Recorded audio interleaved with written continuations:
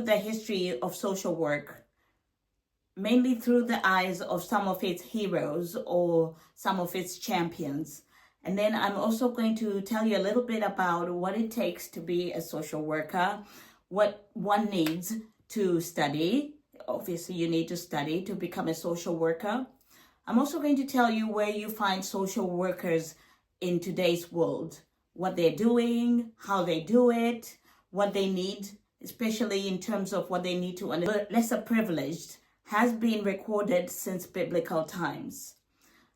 Both the Old and New Testament have examples of social work among the poor and instructions on how to help them, how to take care of them, and what to do with them in the communities. For example, we have Proverbs 11:25, which says, "The one who blesses others is abundantly blessed. Those who help others are helped." So clearly, this is something that people lived by, but the Bible has recurring themes of offering practical help specifically to vulnerable groups, treating others with dignity and fairness, providing basic food and shelter, conducting census, and collecting alms for the poor.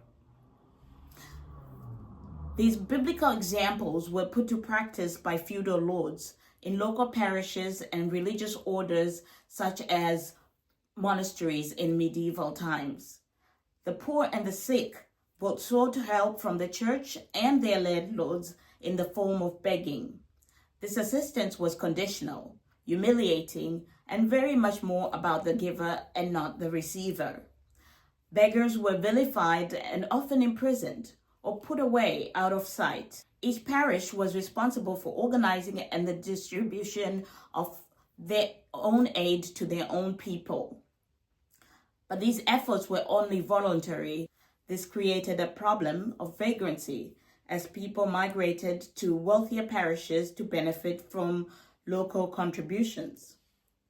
This new problem necessitated the Settlement Act of 1661, which among other restrictions required poor relief to be claimed at one's birthplace to prevent people from leaving their parishes for the wealthier ones. The research work of Charles Booth, published under the Life and Labor of the People in London, provided a written and scientific factual testament to what life was like for the poor in London. His research revealed that about over 35% of Londoners were living in poverty. A few years later, Sebum Rowntree reported that half of the population of York was in poverty. This revelation nationalized the issue. It wasn't just a London problem anymore. Together, they literally put poverty on the map and unveiled the correlation between poverty, religion, education, and politics.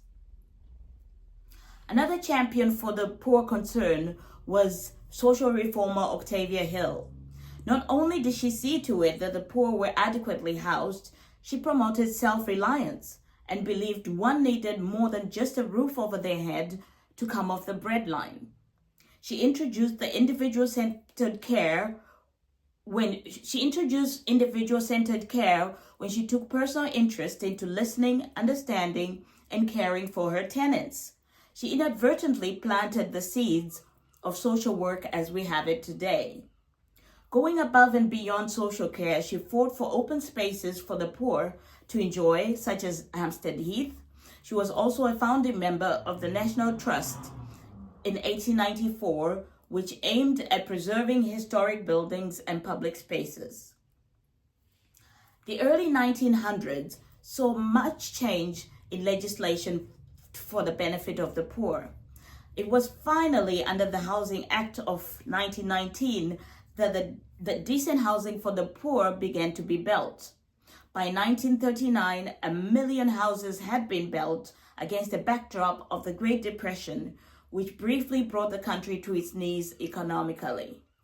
Lloyd George, as Lord Prime Minister, pushed for housing, vowing to create a land fit for heroes to live in. Also interesting to note is that Charles Booth published his findings under the rule of the Conservative Party, while the Housing Act was passed by a Liberal minister under a coalition government. Political influence in social care cannot be denied here.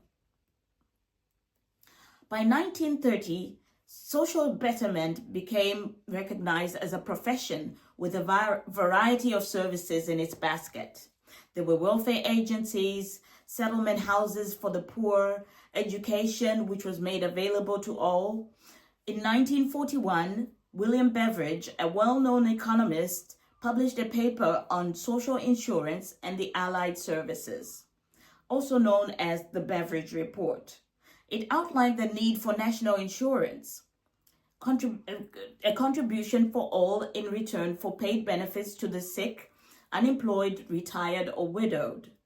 The national insurance would fight the 5 giants on the road of construction: of want, disease, ignorance, squalor, and idleness, by creating a minimum standard of living below which no one should be allowed to fall. This report became the cornerstone on which the NHS was built on in 1948, which provided free access to health care for all. The Great Depression and World War II refocused the attention of social work towards mental health and emergency practical relief. Voluntary help, usually faith-based, was no longer adequate. The general public needed better access to health services beyond private and trust-funded institutions. Mental health issues needed to be confronted and treated, as opposed to locking or sending away mental health patients. Testing and, where possible, vaccination were paramount to control and eradicate diseases such as polio and measles. These early lessons were the blueprint to how COVID-19 was dealt with in our very recent past. In the 1980s and 90s, with the rising numbers of AIDS sufferers, social workers had to face the stigma alongside service users and work in drug-afflicted areas where children were at risk the most. Child welfare was pushed to the forefront with the introduction of the Children's Act of 1989. This was a rare instance in which the law clearly sought out a solution that was person-centered. The Children's Act opened the door to more legislation centered around the person and their best interest. I'd like to now change gears and take a look at the role of the law in social work. It is the backbone of social work. It protects service users from being exploited. It empowers social workers to act on behalf of their service users. It requires transparency and documentation in all proceedings. And above all, it safeguards people and gives social workers the license to practice. There are many laws that are directly or indirectly related to social work. I've just picked a few relevant laws. Some general laws are Housing Act, the Health and Social Act. Child-related laws are, for example, the Children's Act of 2004. And those that have to do with the criminal justice are the Sex Offenders Act or the Modern Slavery Act.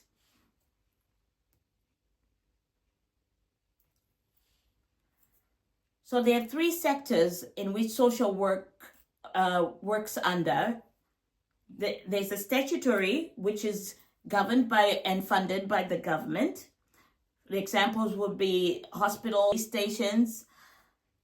The voluntary would be your trusts or your voluntary organizations that are more, they deal with more specific issues and are not very, they are not available to everyone in the public because they're small and they're not always well funded. Independent would be your care agencies or your nursing homes, which are, they're not legally mandated like the statutory, and their funding comes from everywhere. It comes from public funding, it comes from the government, it comes from private funders. So These are the three different sectors in which you will find social work in. The law has certain limitations when it comes to social work. There are gaps in the law where it's not clear about what the law says about a specific thing. There's also lack of knowledge from social workers themselves or the public. Some of the laws are discriminatory and exclusionary. For example, the restriction on voting rights for detained patients under the Mental Health Act. Another example is where lack of knowledge is important is in a law such as the Mental Health Capacity Act. In 2005, this led to many social workers breaking the law in child protection cases which involved parents with learning disabilities. Elmary Bishop, a social worker and lecturer, is quoted as saying, "People seem to be either really well informed or know almost nothing. Social workers are, however, legally required to have regard to the relevant guidance. There is a legal duty on social workers, and saying you didn't know about something is no excuse." Sometimes the law has no clear direction as well. The purpose of social work is it's a basket full of resources that help vulnerable people. This vulnerability can manifest itself in many different ways, such as poverty and mental incapacity and child abuse. And in some cases, social work protects people from harming others. It also utilizes the law as a guide to maintain and reinstate the status quo. Social work is for the most part reactive. It is meant to find suitable solutions to a problem or problems that are in line with the law, and most importantly, to act in the best interest of the subject at hand. Here are some values of social work, which include partnership, choice, empowerment, anti-oppressive and anti-discriminatory, and confidentiality. There are certain requirements for a professional body related to social work. These include professionalism, values and ethics, critical reflection, knowledge, diversity, among others. You're also required, if you want to work as a social worker, to have a degree in social work, which covers practical application of skills and knowledge. And you're also required to have a certain level of knowledge of the law. In the next few slides, I'm just going to delve into the roles of social workers in our current practices, answering who, what, why, where, and how in social work. Social workers work with vulnerable adults, children, immigrants, the elderly, persons with disabilities. They help people become more independent. They uphold the law and ensure human rights are protected, and they protect the vulnerable and advocate for change. They're embedded within society, in schools and hospitals, institutions, and they work independently or as part of a team. Usually you will find social workers when there's a crisis or a disaster strikes, in adult social care, in rehabilitation centers, and within the criminal justice system.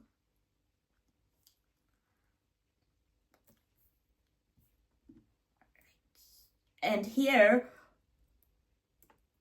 some of the professionals, so the law and local resources and skills of negotiations are the main tools that social workers need in order to be effective.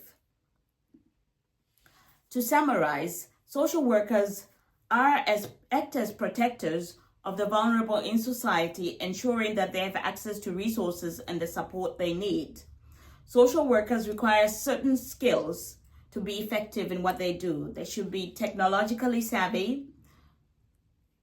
They should be aware of confidentiality issues, should be educated, and be able to collaborate well with others. They are to uphold the law, be good at decision making and communication, as well as value privacy. Social action, such as Settlement House movement, which campaigns for change in current policies, remains at the forefront of social work. Today, anyone can voice their opinions, bringing information to light to be heard, triggering a change. Thus, social action has become more creative and can be found just about everywhere, within art, within schools, within organizations, community-based organizations. The government's official involvement with social action includes supporting high-impact projects to grow, backing employer-supported volunteering, empowering communities to respond to issues that matter to them. We have traced social work and its ideology back to biblical times. The Poor Laws, which first appeared in 1536, bear first-hand examples of social administration, and that they help set the tone for laws and other forms of administration that we have today. Laws of gender equality, the Care Act, Human Rights Act, among others, recognize the importance of the individual. And unlike the Poor Laws, these are enforced, not voluntary or suggestive. Individual casework, as pioneered by Octavia Hill et al., is still very much at the heart of social work. And in contrast to medieval times, no longer are efforts made to sweep the issue out of sight or to coerce the poor towards one's religious beliefs. Today, fighting the beverage five giants of ignorance, disease, squalor, want, and idleness is still very much at the heart of social work. Improvements in continued development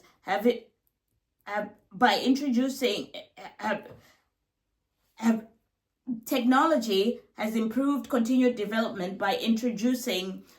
Technology has played a big role in introducing Technology has played a big role in continued development. Today, more is required from social work as an organization and from social workers as service providers. People are facing complex issues that do not necessarily have one answer. Person-centered care has become more paramount. There's no one-size-fits-all. And the current laws and systems often get in the way, working against those who seek guidance and assistance. I end with a quote from TV celebrity Kate Garraway, which summarizes a recent experience with social care while seeking medical assistance for her late husband. Her sentiments are shared by a lot of people who struggle to navigate the social care system when in need. We need a system that catches us, not catches us out. Thank you.